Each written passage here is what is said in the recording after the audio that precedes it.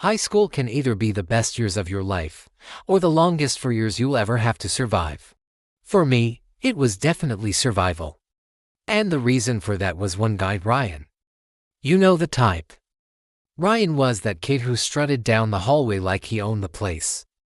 Varsity jacket, a laugh that was way too loud, and always surrounded by a crew that seemed to worship him. He was charming to teachers, but cruel to anyone he considered beneath him.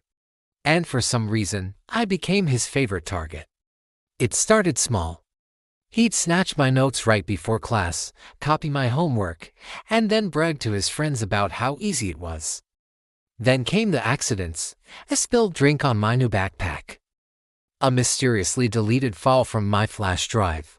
One time, he even swapped my presentation slides with a bunch of random memes right before I had to present to the entire class. Hilarious, right? Everyone laughed. Everyone except me.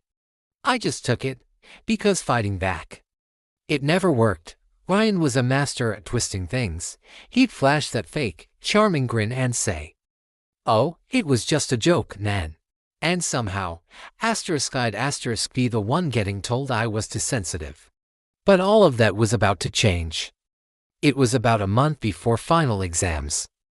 Our history teacher assigned the biggest project of the semester, a massive research report that was worth a whopping 30% of our final grade. We had 3 weeks to get it done. And guess who the teacher partnered me with? You guessed it, Ryan. I remember just sitting there, completely frozen, while he smirked and told me, "Relax, I'll handle it." Of course, he handled nothing. Every single time I tried to sit down and plan with him, he'd just brush me off. "Bro, chill out. I'll send my part over later." He never did. So, a few days before the deadline, I pulled an all-nighter and finished the entire report by myself, all the charts, the citations, everything.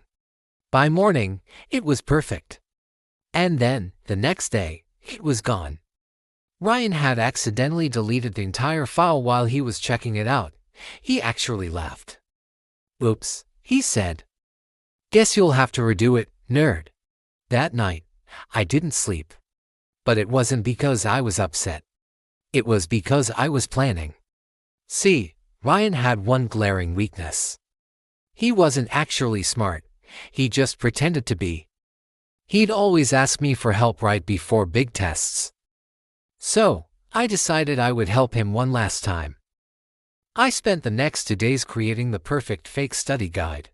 It had the same layout, the same fonts, even my usual highlighting style.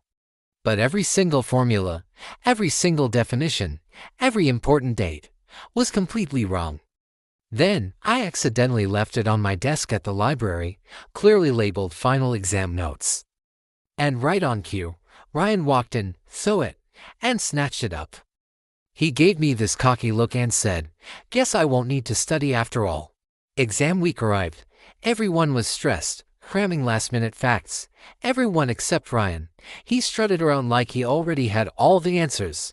And honestly, he kind of did. They just weren't the right answers. During the test, I could see him from across the room, writing with this incredible confidence. Every few minutes, he'd glance over at me and flash that smug grin. I just smiled right back. He had no idea that every single formula he was writing down was reversed. Every key date was off by decades. When the final bell rang, I calmly turned in my paper.